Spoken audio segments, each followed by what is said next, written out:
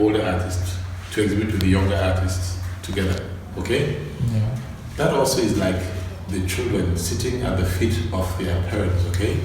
And learning from them. Yeah. That happened in Abuja.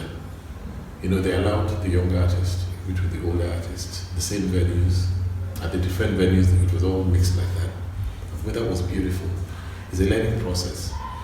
And I'm sure it allowed interaction between those younger artists and the older artists. And what you're talking about now happened. The younger artists would have a way of impacting the younger ones. But the thing is, even the other ones who, because Nigeria actually is a system where you have to survive, with so much low self-esteem from the battering, you have to show off also that you have arrived with the rest and be accepted, because that's one of the basic problems we have. That's what is happening to the arts.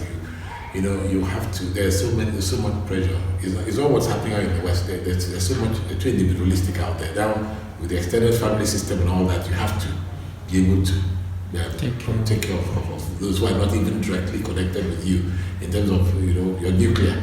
Yeah. And so a lot of artists, unfortunately, have succumbed to that.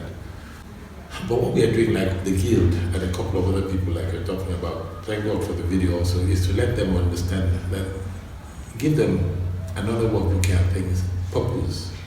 For me, when I meet an artist, I make the person understand, look, number one, you are not, first of all, you predated this existence.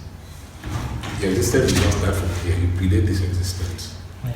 Before you came here, you sat down and you were given a mandate of what to do to save a generation. And so this is your window of opportunity to save a generation, whereby one step for the next generation to, you know, to be something that you can, it can be, another generation can project. So what are you going to leave behind? What are you doing for this generation? Your art is a gift and a tool for being able to achieve that. It's not just for you alone. With what you're doing, you see, you're doing something that you believe transcends this generation. What you're doing is beautiful, because last time there was a day I had to search the internet looking for, I wanted to see Picasso. And I went and clicked Picasso and I got some videos that I was able to, that was beautiful, and I was able to see his work processes, the way he thought and all that. Now in the future, people will click these videos and they'll also be able to learn, okay? But one thing I keep saying is that if you predate this existence, that means you have a job to do here that you will have to report when you get back, right? When you sleep, because for me it's not death, you sleep and you transit and go back home, you're going to have to say, okay, it's okay, so we gave you a tool, we gave you a mandate, what do you do with it? It's very important.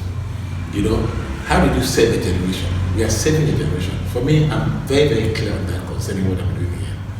And so what some of the works I do, people may say that they're evangelical, but why? Yeah, I'm trying to tell you, look, what can save you from the rat race? What can save you from running with the pack? Is when Christ, when you know that you are here for a purpose, you've been sent here, when you know that you have this window of opportunity.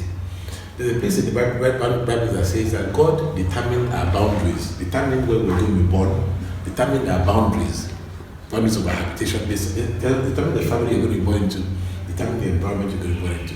Now, I'm in this environment, I'm a watchman for this, so what am I doing here? Am I going to go back and say, well, look, okay, what do you do with the tool you were given? Okay, I built a couple of houses that I could, you know, show them off. I had a couple of cars and all that, and I did this. That's stupid. You know, how am I able to lift the spirits of people from the darkness they're in, and lift their spirits and remove them so that they can come into the light, so that they can know who they are, and then they can walk according to what they were sent to do? How am I going to be able to do that? So those things are very important. They're key to me. So I believe that what you're saying, let these other things happen. Like you said, eventually things will, what do they call, what's that word? They say that when you scatter the water, there's so much debris, then eventually it sinks. And when it sinks, the purity will come mostly on top, will flow. So I always believe that. But I thank God, like you were asking about the energy that's happening there, it's fine. Let all that happen. Let these interactions happen.